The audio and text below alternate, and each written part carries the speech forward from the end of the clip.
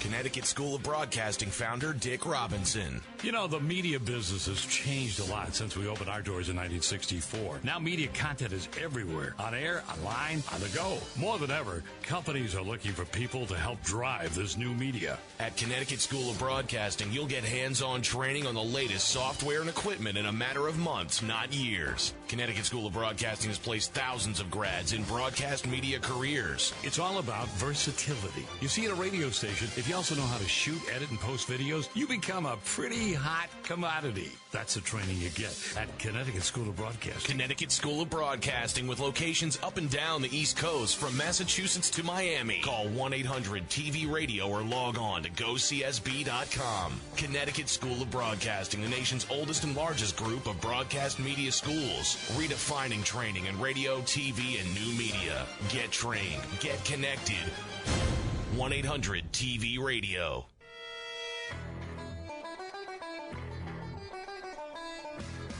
Live from Studio C at the Cherry Hill campus for the Connecticut School of Broadcasting, it's All Noise Radio's Sports Talk with the Down goes Frazier. He scores. High fly ball into right field. She is gone. Welcome to another edition of Sports Talk, All Noise Radio, powered by the Connecticut School of Broadcasting. As always, I am here, bringing it down, breaking it all down for you this entire hour. Everything that's going on in the sports world this past week, the last couple of days, we saw a couple of really awesome games from baseball, from the NHL, opening up the season, the new 2013-2014 season. And we'll be joined a little later on in the show with our NHL insider, Dan Friedman, and just everything that's been going on the last couple days, the last week. This is when being a sports fan is really, really exciting. Of course, if you're only a basketball fan, then you still got about another month left until the season or until the game really starts to mean something to you. Right now, if you are in Philadelphia and you're a 76ers fan, I think your team right now is currently in Spain playing a couple of really meaningless games because they'll probably be beaten even. You know, I think they're playing 5 games in 5 days. They'll probably go 0-5 to whatever kind of team the Spanish throw at them. That's truth be told right there. But that said, we got a lot going on that has been going on the last week. We have, I mean, even things for the NFL that have nothing to do with football. Most specifically, you have the whole Aaron Hernandez. I mean, there's new evidence against him. I mean, you know, you take the Aaron Hernandez case, it's the whole thing from start to finish. It almost feels like it's coming out of, you know, a Hollywood script. That's how ridiculous it is. That's how crazy it has become. Just from everything from what was used or purportedly to have been used, to how it went down, to how he was found, to what he used to do, where he is now. It just seems like this is a Hollywood movie script right at our fingertips, developing every day, or once the authorities find something new to bring up. Like this week, they brought up to charge. They brought one of his associates, Carlos Ortiz, who purportedly was in the car when Hernandez and another friend of theirs, Ernest Wallace, went to and killed, purportedly, of course, killed Odin Lloyd.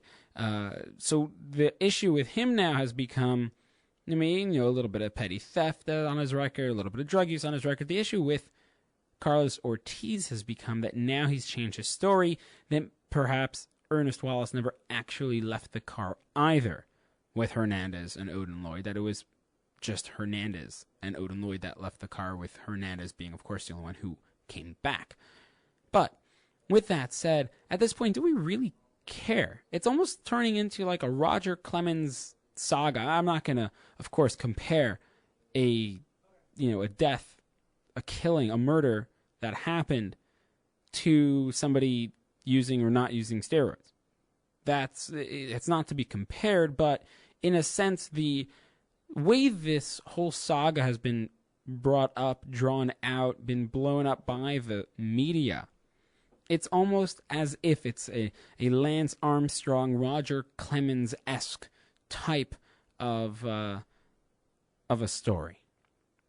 You know, the lynch mobs are all there, but they're kind of being held a little bit at bay because they realize here that it's not the sport or the integrity of a sport that's at stake. It's that somebody is no longer living and another person's future is in jeopardy due to this action that he may or may not have done. So it's a little different than perhaps the Lance Armstrong, Roger Clemens thing. But even so, the same thing that always used to happen with Armstrong and Clemens, whenever there were these, at first it was allegations and then it was a little bit more than just that. Who cares? I mean, I don't care so much. I mean, look at how the media went ahead and how they brought up everything. You just look at from the start to the finish. It just kept on dragging on. And you still have things with Clemens going on now. Andy Pettit just testified a week and a half ago, 2 weeks ago, in the ongoing Clemens saga. Again, he testified. So it's like, guys, seriously, get the whole story straight, or as straight as you possibly can. Get it done, get it settled, and then bring it up. Don't start bringing things up from the get-go only to have a complete public opinion of just, we don't care. Just the public is going to just be indifferent towards the story is so long as it is brought up to them from the get-go. If you have your opinions all set, this is one side, this is the other, this is what they said, this is what we said, and then you go to the court of public opinion, or then you go to the courts itself, the court of law, that is. That's one thing. Fine. We care. We have our opinions. But if you kind of beat the horse and even after it's dead, beat on a dead horse, is exactly what it is here in the case with Aaron Hernandez, no pun intended. Yeah, there's new evidence. It was a Glock because the ballistics, prove that it had to be a Glock due to specific markings and renderings of shell casings in the bullets itself. Okay, joy. Very nice. Lovely. We know you have the footage and the photos from the Massachusetts Turnpike toll booth. We know you have the surveillance footage of Aaron Hernandez purportedly holding a gun shortly before and shortly after Odin Lloyd's body was purported to have been killed, since he was purported to have been killed. But just get all the facts, Jack, and then bring it up. Because if you just keep doing this, no one's going to really care until they turn on and say, oh, look what's happening. It's actually the trials going on now, which could be in some very, very long months away. Hopefully we're going to try to get our Patriots insider, Andy Gershman, on a little later in the show. He was supposed to come on right now, but we've been having a little trouble getting a hold of him.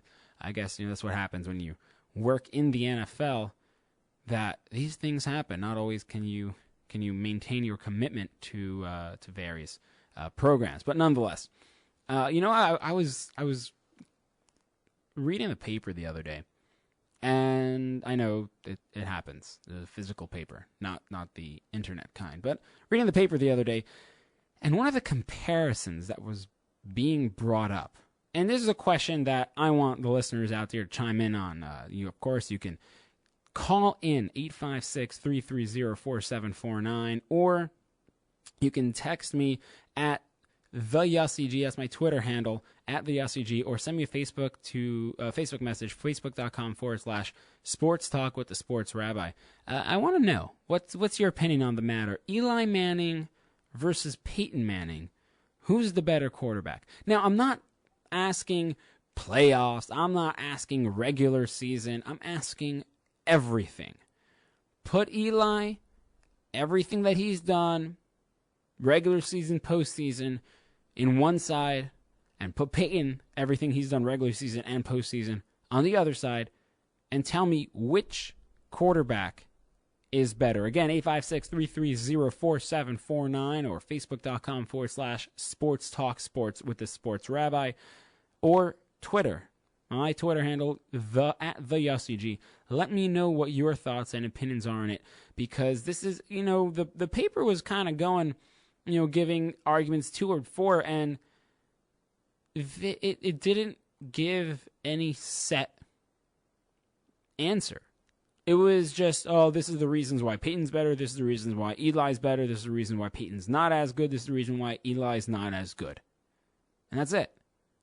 It wasn't giving a straight answer as to why one or the other should be chosen. That's why I want to find out from you, who is better. When we look at Peyton, one of the best regular season quarterbacks in the history of the NFL. He's been to the playoffs every year, except for his rookie year. And he's won in the playoffs, and he's lost a lot in the playoffs. He's under 500 in the postseason, and he's one playoff loss away from tying the all-time mark of losses in the postseason. Eli, on the other hand, although he hasn't been to the playoffs every single year, has a slightly less of a better record than Peyton has in the regular season. A little bit less touchdowns, a little bit more interceptions, a little less yards. Also, he's been in the league for less period of time. But he, unlike Peyton, has been to 2 Super Bowls and has won both of those Super Bowls. Peyton Manning's also been to 2 Super Bowls, but is 1-1. So, again, who is the better quarterback in the family of the Manning brothers? Eli? Or is it Peyton?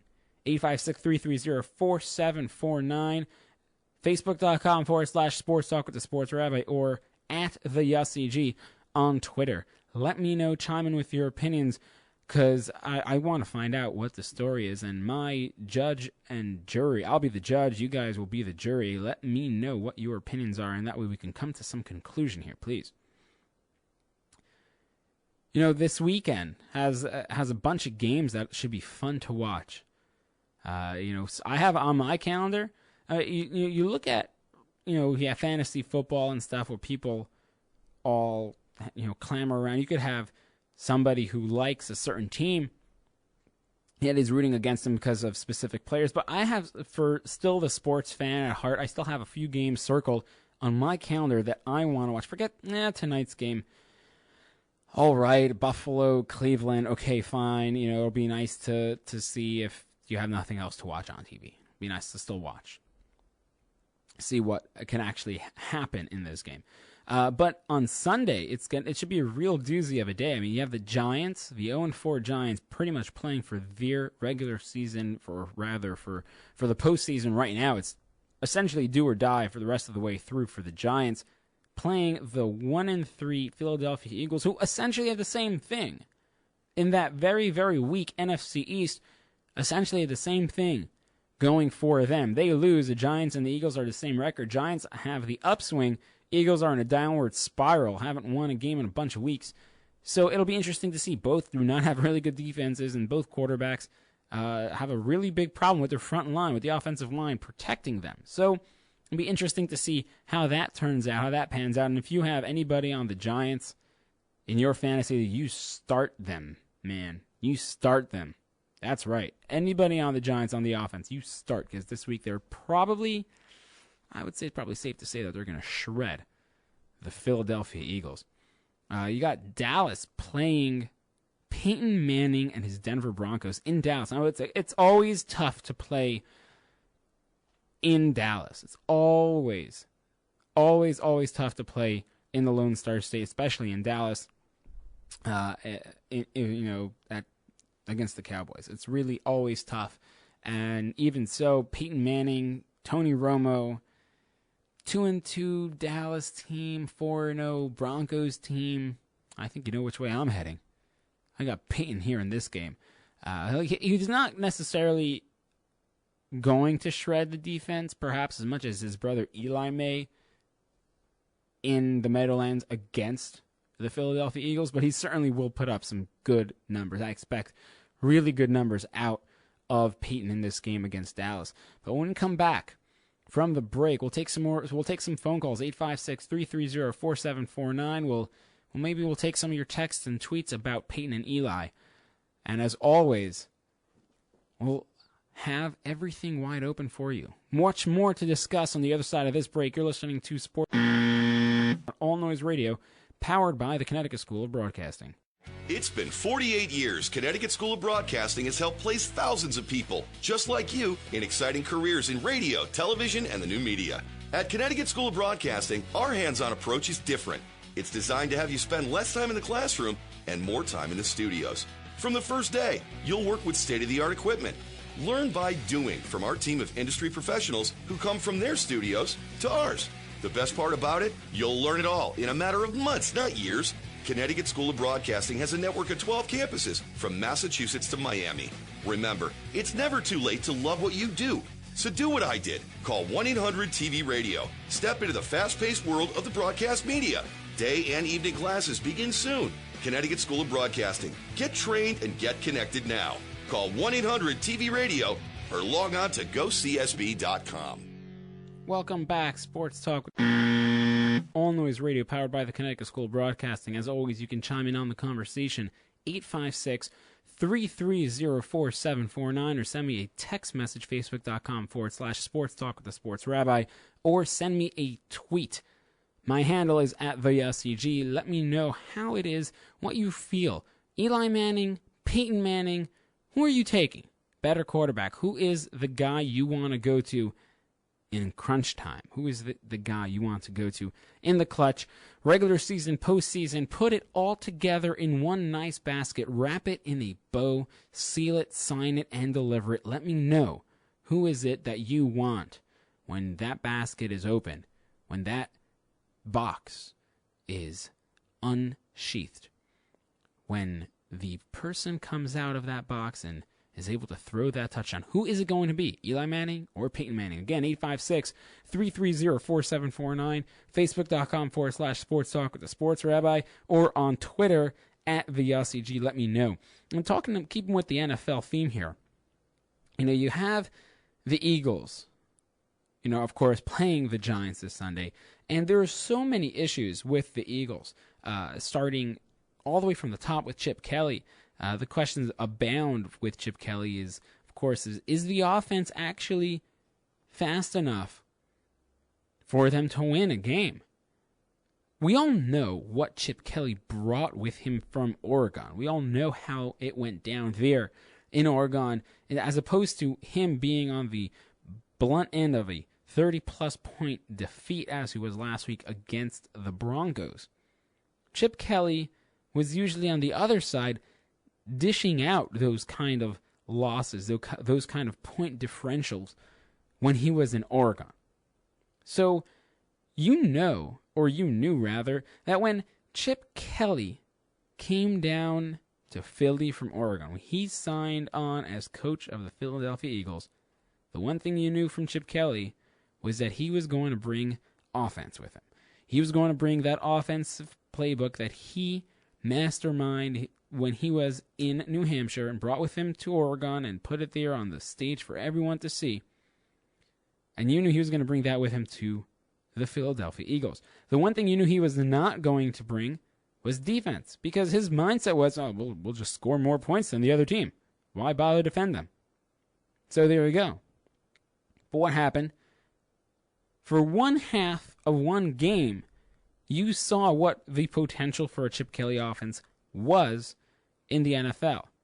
After the first half of the game against Washington, against the Redskins, they've been slow ever since. I mean, that first game they averaged over 75, over about 70, 75 plays a game. Since then, it's been right there in the middle with kind of, the rest of the NFL, and they don't have the defense. The Eagles do not have a defense that allows them to play in a game unless it's a potential shootout. Now, if they play against a team that has a semi-capable defense like the Denver Broncos, you're going to lose that shootout, and you're going to lose it bad.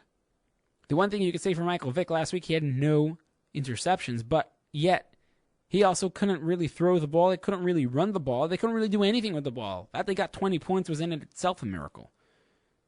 You want to go that far and call it like that. I mean, you look at the team.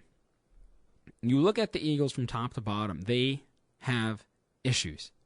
It starts with Chip Kelly. Is his offense really capable of proceeding to the way that he would see fit? No, it's not. Well, most of the team is from the Andy Reid era. Excuse me. Most of the team is from the last regime. And Chip Kelly needs his guys in order to run his style of offense. Right now, he doesn't have all of those players, all of those pieces. So if the Philadelphia Eagles are really committed to Chip Kelly, I mean, you're going to see him there for at least 3, maybe 4 years until he really has to start proving to them, okay, now we can go forward from here. We can actually be a really good football team. We can win games because this is my kind of offense. This is my kind of players for my kind of style. If after like 3 or 4 years the team is still in shambles, it's still in the dumps, and it still is not competing to the level where many people expect them to be, where many people think that a Chip Kelly style offense can compete if the right personnel was there on the team, he's gone. Goner than gone. He's gone faster than a speeding bullet. Faster than Superman. That's for sure.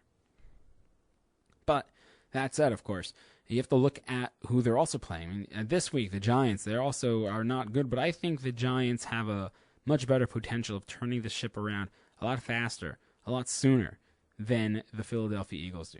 I mean, the Giants have faced adversity like this before, and they've come back from it, and they made the playoffs. And not only that, the last Super Bowl run that they had against the New England Patriots, in Week 15, they were 7-7. They were just coming off a disastrous loss to the Washington Redskins. And what happened? All the pieces just fell in right in place for a middling 500 team, and suddenly went on this awe-inspiring run all the way to and including the Super Bowl and besting the Patriots for the second Super Bowl in 5 years. So, it's possible. It's possible that the Philadelphia Eagles will go on a run like that, but how likely? Very unlikely. Again, you want to get on the conversation, 856-330-4749. Let me know, exactly what it is that's on your mind. Peyton Manning, Eli Manning, who is the better quarterback? All things remaining equal, all things have to be included. Regular season, postseason, let me know. We have a couple of texts here. We have a couple of tweets. We got one coming from John856. Actually, that's John G856. He says you got to go with Peyton. Well, why? Why do I have to go with Peyton? Why? Peyton Manning, regular season, undoubtedly, I'm in that corner. If this is a regular season game that I have to win, I am undoubtedly in that corner. But what about the postseason? I mean, look at things that Peyton has missed in the postseason. I mean, he's gone to the postseason, but he's also been knocked out of the postseason every single year, aside from the one where he won the Super Bowl. So I'm not 100% sure why it has to be Peyton Manning as your guy. I have another chime in here from Mendel. I got this off of Facebook, saying, listen, I think it's Eli is your guy because Eli is awesome. Okay. And, he also is writing in now, Eli is awesome, and also look at, he won 2 Super Bowls, so there you have it. Well, yeah, that's true, he did win 2 Super Bowls, but also look at Peyton. Peyton gives your team a chance every single season to win a Super Bowl. He's there every single year. He's in the playoffs, so you know that you're a perennial, your perennial favorite to make to the postseason. You're a perennial threat with Peyton at the helm to make the playoffs because he's a winner in the regular season. He gives you that ability to put forth your best foot every single week, every single Sunday in the regular season. He puts that effort there, puts that foot forwards, and actually gives you the ability for your team to then go ahead and say, hey, we can do this. Why not? Why the heck not? With Peyton Manning at the helm. Eli, I mean, he's a good quarterback, but look at him right now. He's 0-4. Peyton, 4-0. I think my case is rested right there. I mean, who would I go with? I probably would lean with Peyton, because even though he has had all of those losses in the playoffs, but the only way you get to those losses in the playoffs is by making the playoffs. The only way you get 10, 11 losses in the postseason is by making it to the postseason for that many years. The NFL, it's one and done. My friends, that's all it is. I mean, look at Mark Sanchez's playoff record, right? He's got 4 wins in the postseason, 2 losses. Well, guess what? You can win more than one game in the postseason. That's no problem. But you can't lose more than one in one postseason, because then you're going home. Mark Sanchez has only been to postseason twice. Yeah, he won 4 games, and he lost 2, obviously, but same in a similar fashion, it's with Peyton as well. 11 losses, but he's been to the playoffs 11 years. So that's why, I would go with Peyton.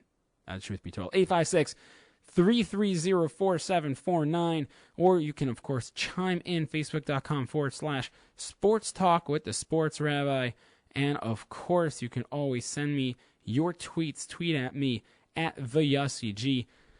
I want to know what it is. What is your choice? Peyton or Eli? Who are you taking to win that game for you, to put you in that spot, or to take you out of that tricky spot where you may find yourself, or your team may find itself? Who are you trusting to get you out of a jam? Peyton or Eli? Who's it going to be? Anyway, 856-330-4749. We'll take more of your calls right after the break. You're listening to Sports Talk with Radio, powered by the Connecticut School of Broadcasting. Honey, again you're sitting here sulking? I hate my job, and I don't know what to do to change it. Get off the couch and go check out the Connecticut School of Broadcasting. The Connecticut School of Broadcasting? What's that?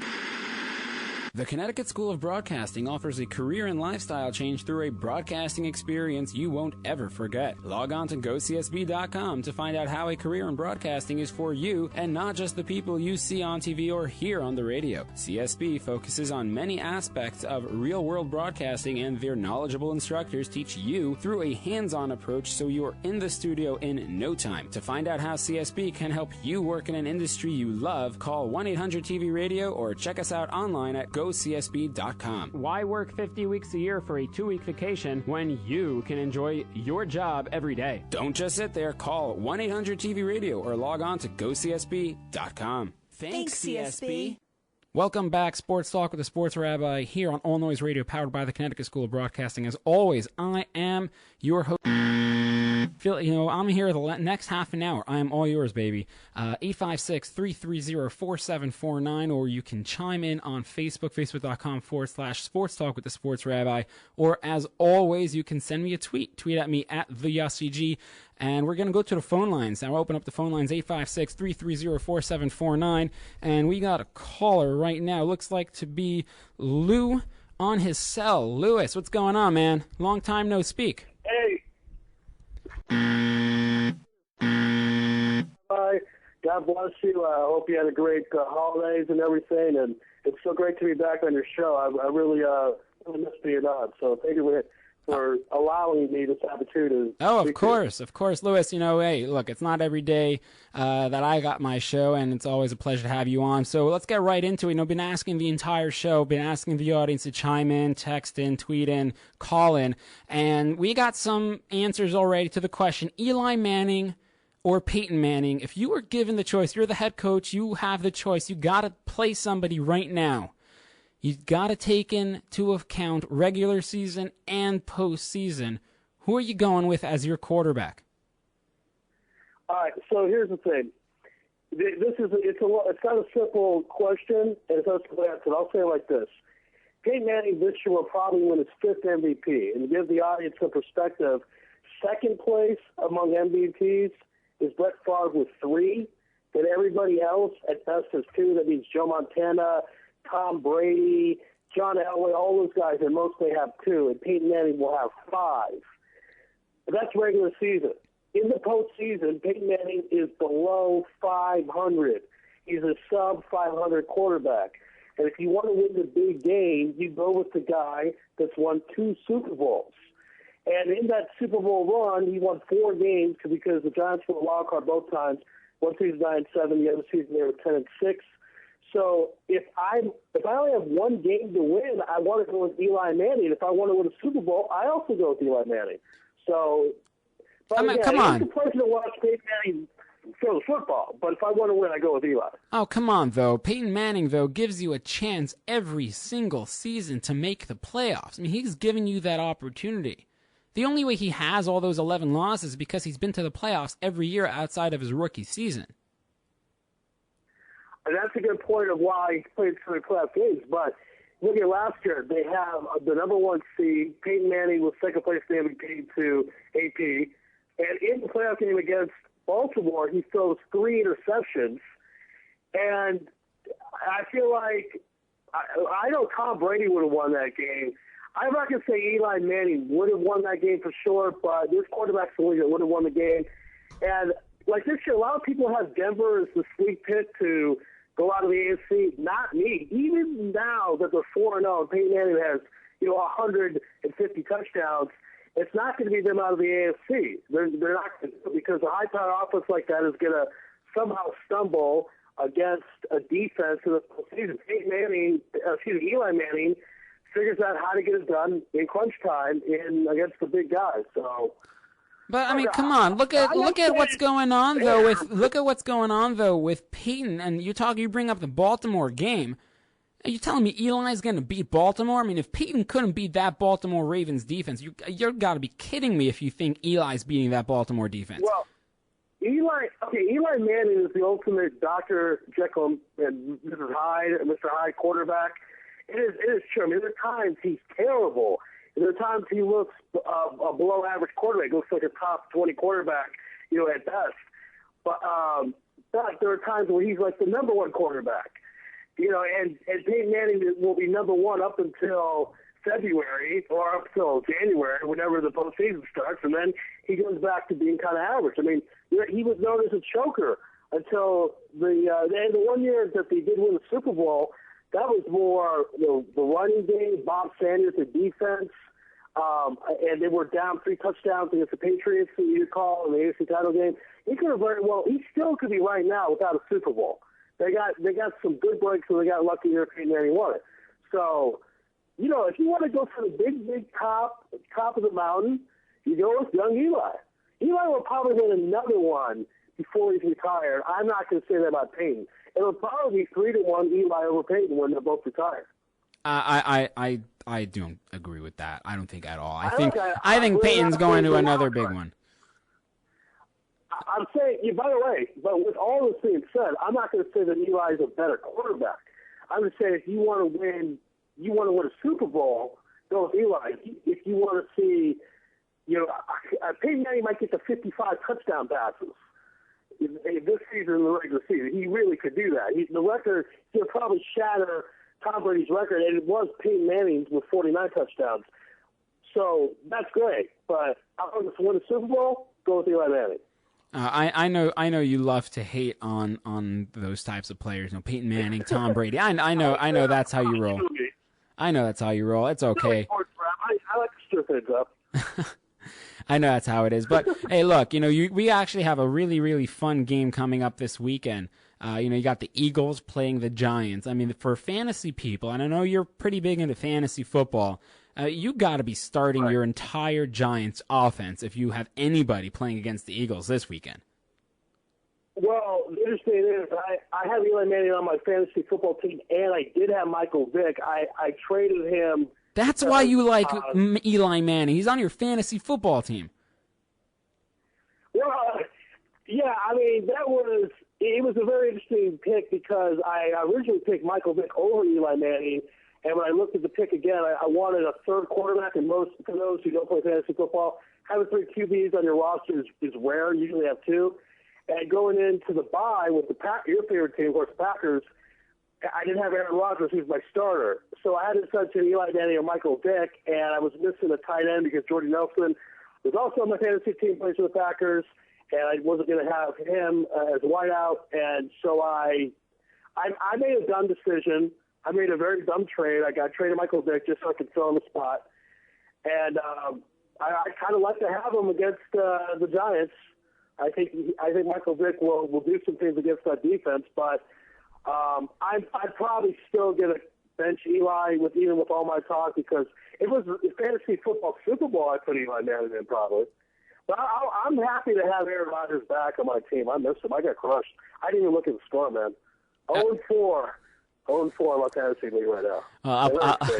Listen, of course, I'm sure everybody would love to have Aaron Rodgers on their team if he was their starting quarterback, unless you were like me, who has Peyton Manning as his starting quarterback in the league. But hey, whatever. By the way, with all this talk, I know you're comparing Peyton with Eli. Now, I don't think Aaron Rodgers is Peyton Manning, when he retires, will probably have all those Brett Favre passing records, the touchdowns, the attempts, the yards, etc. And I don't think Aaron Rodgers is going to get that because he played behind Brett Favre for so many years. But QB rating, he probably will have that when he retires.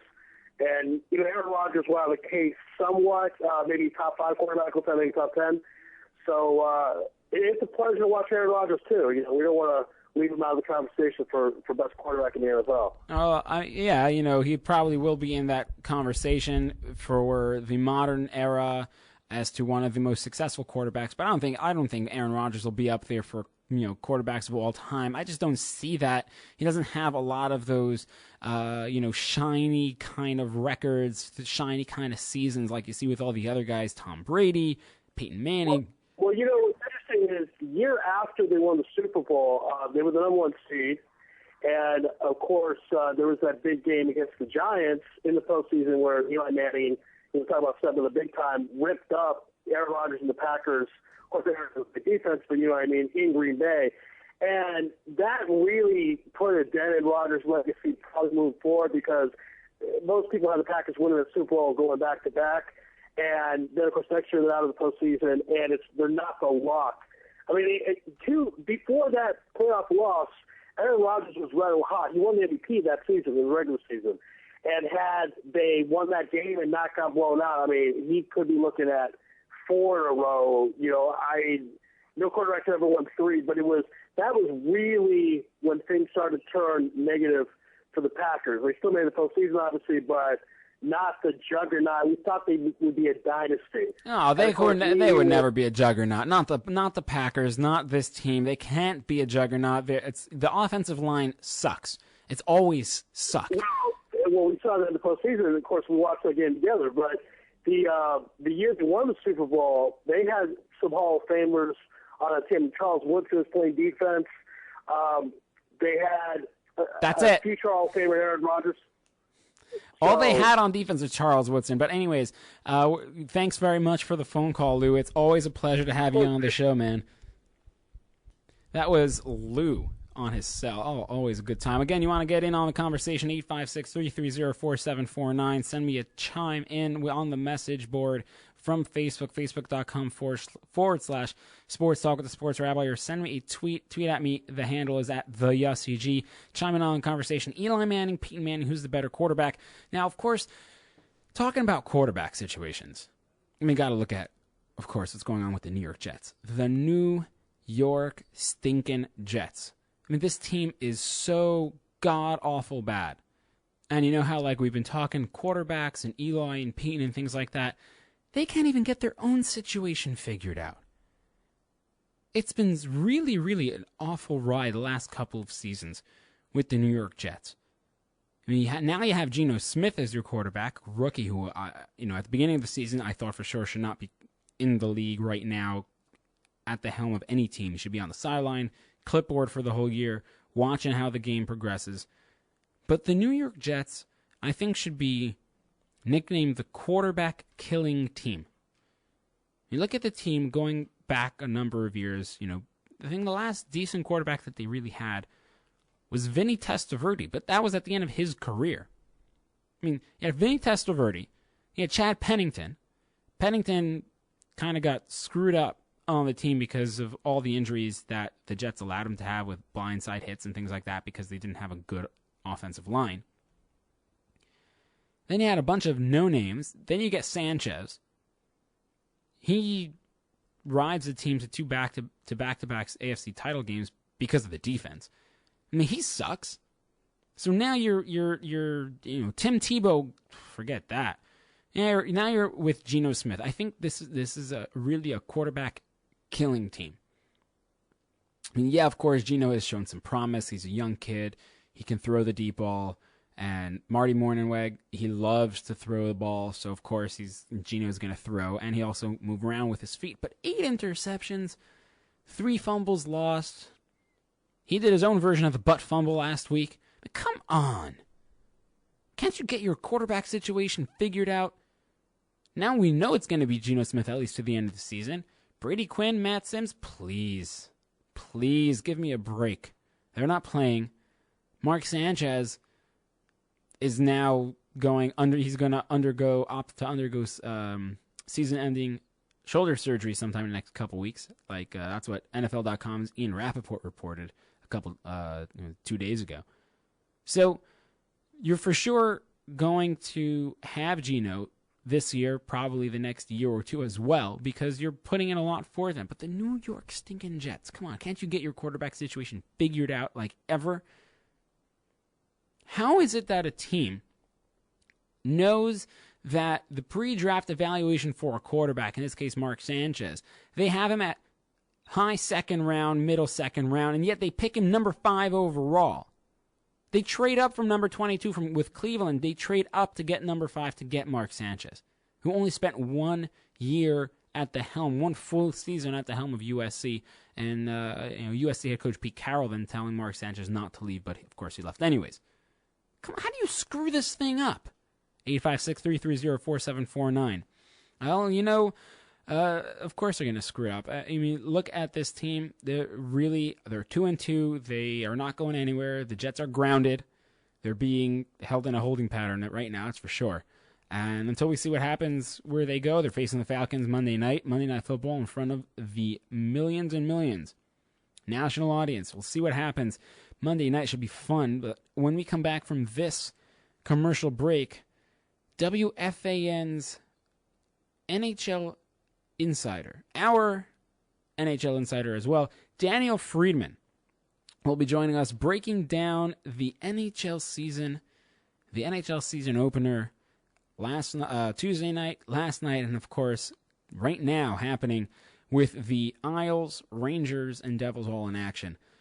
We'll be right back. Noise Radio is powered by the Connecticut School of Broadcasting. You know, our jobs occupy more than half our waking hours. Shouldn't we be doing something we love? Call Connecticut School of Broadcasting at 1-800-TV-RADIO or log on to GoCSB.com. Since 1964, Connecticut School of Broadcasting, with a network of 12 campuses from Massachusetts to Miami, has helped place thousands of grads as DJs, sportscasters, entertainment reporters, behind the scenes in audio and video production, every aspect of the broadcast media. Connecticut School of Broadcasting has trained men and women of all ages and backgrounds in a matter of months, not years. Learn by doing from area radio and TV pros. Call 1-800-TV-RADIO or log on to GoCSB.com. Remember, it's never too late to love what you do. Day and evening classes begin soon. Get trained. Get connected now.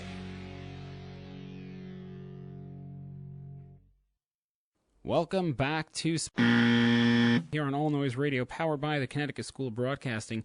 As always, you can chime in. I'm closing the phone lines right now, so you can't call in.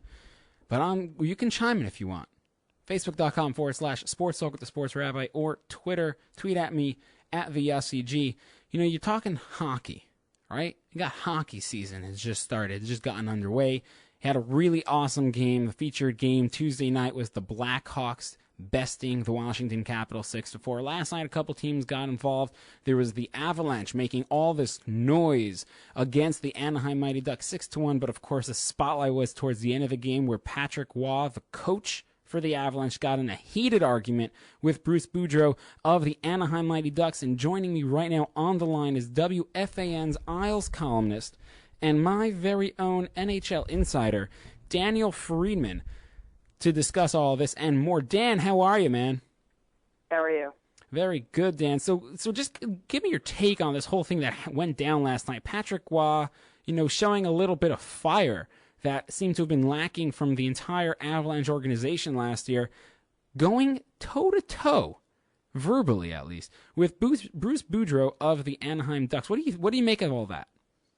I thought it was nice to see. The Avalanche, like you mentioned, they've really been missing that fire, that spark, and Patrick Roy is going to bring that to the table. He did that last night. He didn't like that some of the Ducks players were taking some runs at his young guys, particularly Nathan McKinnon, who felt that Ben Lovejoy of the Ducks was taking some runs at him, and that's what Patrick Roy felt as well. So he just wanted to let Bruce Boudreau and the Ducks know that wasn't something he was going to put up with. And that's always in Patrick's way. If something's on his mind, he's going to say it.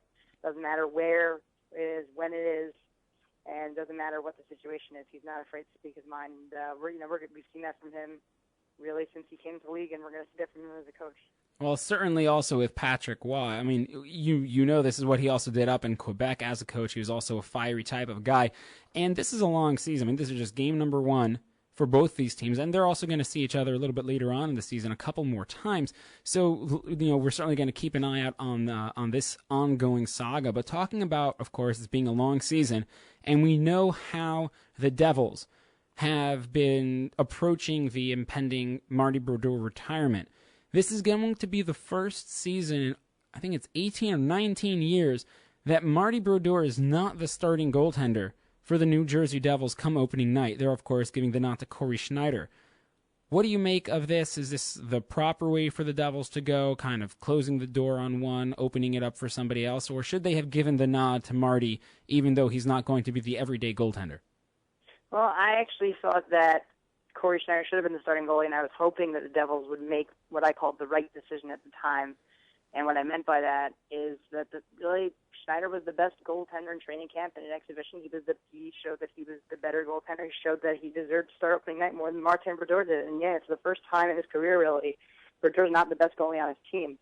And if you're trying to win, you can't worry too much about you can't worry about seniority and this and that. The better player has to play. You got to have the goalie in the net who you feel gives you the best chance to win. Right now, that's Corey Schneider.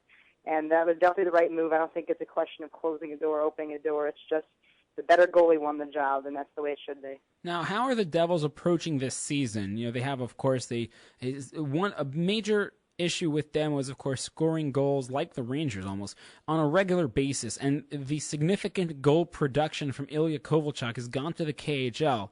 How are the Devils going to be approaching the season from now, as they're playing right now, for the rest of the way? Well, they're going to have to make do with what they have, and they don't have a lot of depth on offense or defense. They have a lot of question marks. Can Jaromir Jagr stay healthy? Is Michael Ryder going to be a consistent goal scorer we've seen, or the inconsistent, black guy who doesn't produce every night that we've seen from years past? You really don't quite know what you're going to get out of him every year. Was Damian Brunner's season last year a fluke, or is he going to continue to produce? There's a lot of questions. Is Travis Zajac a number 1 center? I don't think he is. There's a ton of questions on offense, and they're really going to have to try and make do, and all the stars are really going to have to align, because without Kovalchuk, it's really going to be an issue. And even with him, I didn't really feel like they had that much firepower. It's just a big problem for the Devils. They're really going to struggle competing. What's really going to keep them in every night, the game every night, is you have to keep harkening back to goaltending. You know that Corey Schneider or Martin Brodeur, whoever it is, they're going to be in the game, and it's going to be a close game because they're going to have a chance to win, and they're going to have to try and scrap by. Well, that's what the Devils are going to have to do all year. Well, another team that's probably not going to have to scrap by, or at least a lot of people are thinking of this, is certainly because they made a coaching change. The New York Rangers, they have their new coach, Alain Vigneault, and he comes in from Canada. He comes in from Vancouver, where he has this resume of offensive firepower in Vancouver. He's got players on the Rangers who can live up to their potential, perhaps under Vigneault. Will his approach, that differs, of course, from Tortorella's, will it help or hurt the Rangers this season in their first year under the new stewardship of the Frenchie? Well, I'm not so sure it's going to help. To be honest with you, the Rangers still don't have a ton of depth on offense, and that's been the problem. It really had nothing to do with Tortorella, which is what I said the entire time. That's what I've been adamant about. And you bring in a coach, it's not necessarily going to make players score. You have Derek Stepan and then Rick Nash and Brad Richards, who we still don't know if he's going to produce like he used to. And then you have some guys like Ryan Callahan, who's going to miss the start of the season, and you have Broussard, who could be good. But outside, really, the first line and a half, there isn't a ton of depth. The second line, you're already looking at Benoit Pouliot, and that's not a recipe for a good offense. I don't care who your coach is. You're not going to score a lot of goals that way. The Rangers need to do is bring in players who could score, not necessarily change their coach. I mean, granted, maybe the players in the locker room were a little sick of Torts and then he had to go, but it wasn't Tortorella's fault that they couldn't score. They couldn't score because they didn't have offense. And you bring in this coach, he's not going to be able to wave a magic wand and make these guys go. And there were parts of parts of what he did in Vancouver that I didn't like at all. His teams are very undisciplined. They take penalties in dumb situations. So when I look at that and that happens on a regular basis, then I look at the coach. And so I'm not so sure how much he's really going to help the Rangers. Maybe it opens up a little space. Maybe some of the defensemen get more involved in the rush, which is really what I'm looking for in terms of what Vigneault brings to the table. I think that's what you really could see. Some guys like John Moore or even Marshall or Ryan McDonough, maybe they become a little more involved on the offense, on the power play. Maybe that's what you see. Maybe that's the effect Vigneault has. But in terms of their forwards up front, that's going to have to come from the guys in that room, in that locker room, because it's only up to them. They need to live up to their potential, and honestly, they're going to have to make up for the lack of depth on that Rangers offense. Well, the Rangers added a couple of third and fourth line parts in the offseason, but they also made the major decision to bring back Brad Richards. And, of course, there was major question marks coming after last postseason where he was benched the final couple of games. What does he have to do in order to regain favor in the eyes of both his peers and his bosses? Well, he's going to have to get his scoring touch back, and even more so, he's going to have to show that he's a better center than Derek Stepan or Derek Broussard. And Richard's actually going to play on the wing, at least to start the season, so we're going to have to see. But he's really going to have to be, in my opinion, unless he has an amazing season, he's gone, because I don't know how they afford to re-sign Henrik Lundqvist and keep Richards on the payroll. I don't see how they do it unless he really blows people away. I'm not so sure that he sticks around. I think it's just a ticking time bomb at this point. Well, the Rangers open up with a 9-game road trip, starting tonight, of course, in Phoenix, right now, actually, I should say. But the Rangers open up with a 9-game road trip because of MSG renovations. How is that going to affect the team chemistry, especially now starting a new season under a brand new head coach? Well, team chemistry, I think road trips actually can sometimes help team chemistry. You get along with your teammates, in the hotels and the planes and everything. I think that does help a little bit. But in terms of their on-ice performance, it's going to be a bit of a challenge. Anytime you're on the road, it's a lot tougher to win generally. And like you said, they had the first 9 on the road, so it's definitely going to be a bit of a challenge. If they can at least escape out of there, let's say 5-3-1 or anything like close to that, I think that would be a favorable situation for them. I don't think anyone's expecting them to really storm out of the gate and win, 7 out of the first 9 on the road. I think that would be very nice, but I don't think anyone really expects that to happen. I don't think anyone would be upset if it didn't happen. But it's definitely going to be interesting to see. But once they get back to the Garden, they're going to be really excited, and maybe that even gives them more of a boost than a home opener usually does. Right, no, for sure. And you're talking about guys also who have to step up. We move right across town to the Islanders, who are playing their last season on the island, or actually on second to last season on what's considered Long Island before they move over to the west end of Long Island to Brooklyn. Matt Donovan and Griffin Reinhart are looking to make their mark on defense. What really has to happen for them to stand out and stay on the team? Well, Donovan's going to stay on the team, really, I'd say, barring any major setbacks. He's pretty much set his place on the roster is pretty much set in stone for now. He's got to be involved in the power play. He's got to show that he can put up a decent amount of points. I don't think anyone's expecting him to be Brian Leetch in his first year, but he's got to be involved. He's got to show, with relative consistency that he can produce from the blue line. And for Griffin Reinhart, really, I don't think that he's going to stick around, after the first 9 games, after the 9-game stint. I don't think he was ready. I guess I see why they want to give him a look, but to me, he needs to bulk up. He's looked a little lost at times in his own zone. He's looked great at times too. He's definitely shown flashes of great potential, but I don't think he's quite. I think he's just not quite there yet. The other night they were playing Ottawa in an exhibition game, and Jean-Gabriel Pageau of the Senators, who's 5'9", basically completely steamrolled Griffin Reinhart, who's 6'4", and a huge size advantage over Pajot, just completely got steamrolled. That shouldn't be happening if you're at that size. So he's really got to bulk up. His awareness has to get better in his own zone.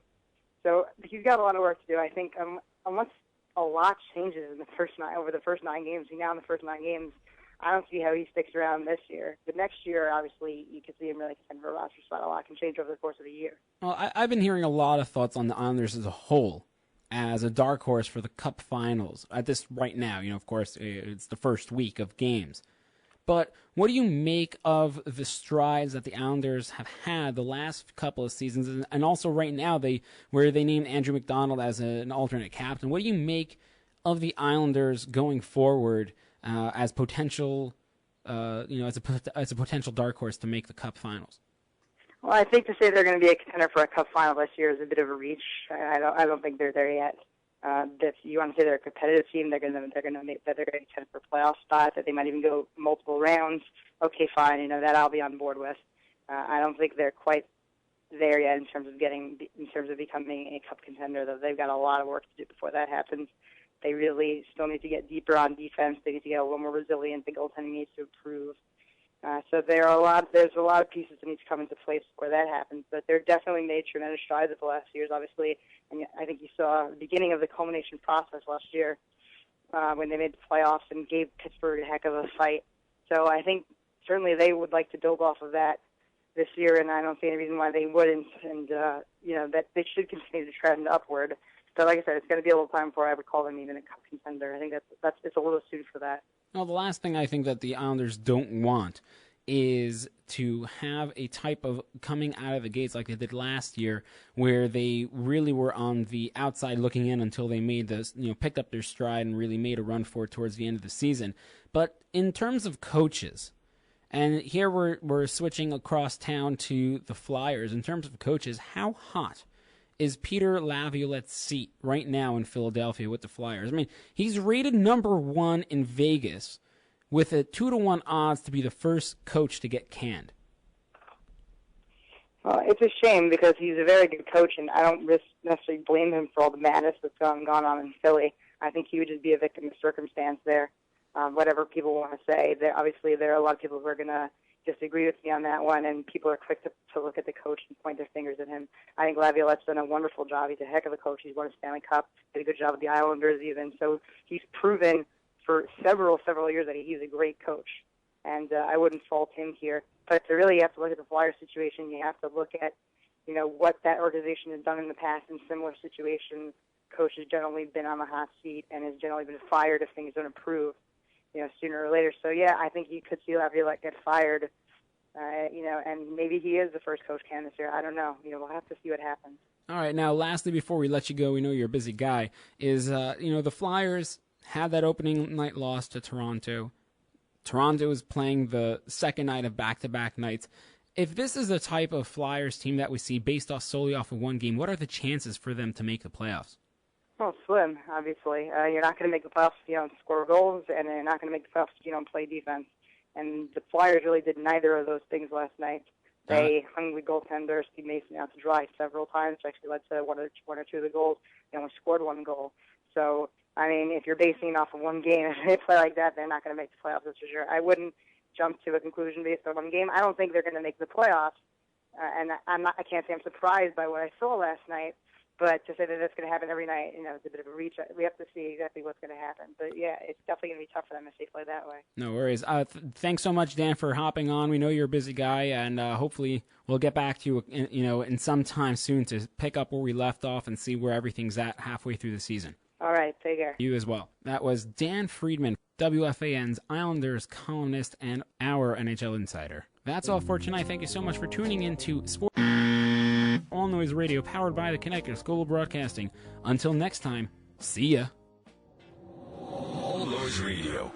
Powered by the Connecticut School of Broadcasting. All Noise Radio is an internet radio station that's fully produced by graduates of the Connecticut School of Broadcasting. From modern rock to old school hip hop, country to classical, news, talk, sports, and more. It's the noise you can't ignore. Log on to allnoiseradio.com. Fire up the station. Find out more about your favorite jocks. Get the latest CSB news and more.